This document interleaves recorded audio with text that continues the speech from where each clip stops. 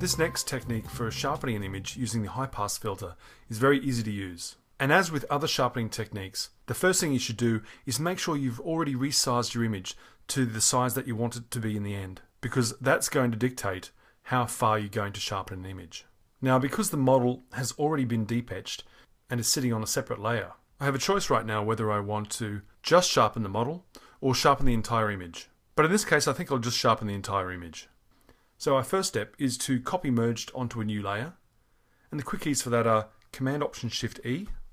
And here's our new layer here, which is a composite of everything we've done so far in this document. So I'm going to rename this Sharpened.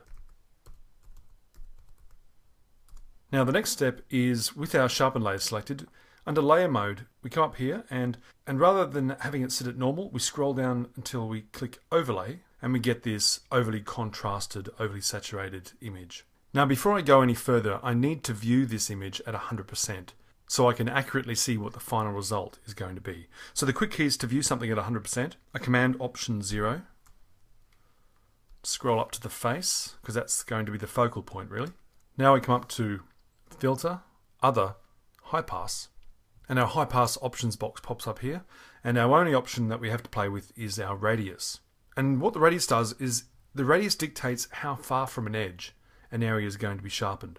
So all I need to do now is drag my radius slider to the right and see how far we need to go to get the appropriate amount of sharpening that we're after. And I'd say in this case maybe a radius of 4 pixels looks pretty good, and click OK.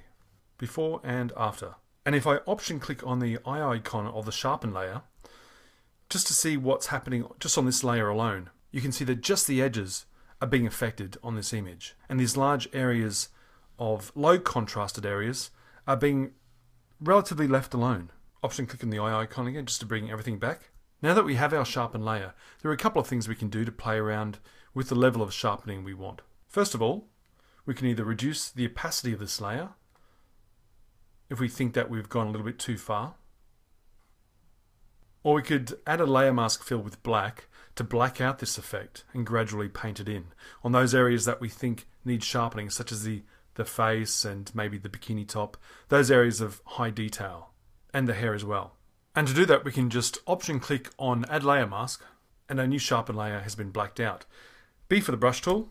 Now white is currently my background color, so X to flip that and bring my white to the front. And with an opacity of 100%, so I'll hit 00, I can just paint on those areas which need to be sharpened, such as the eyes here, the hair, the mouth, and other details like that. But to be honest, I didn't mind the all-over sharpening, so I'm going to unlink the mask and drag it into the trash. Hit delete. Command 0 to fit to window. And that's how you sharpen an image using the high pass filter.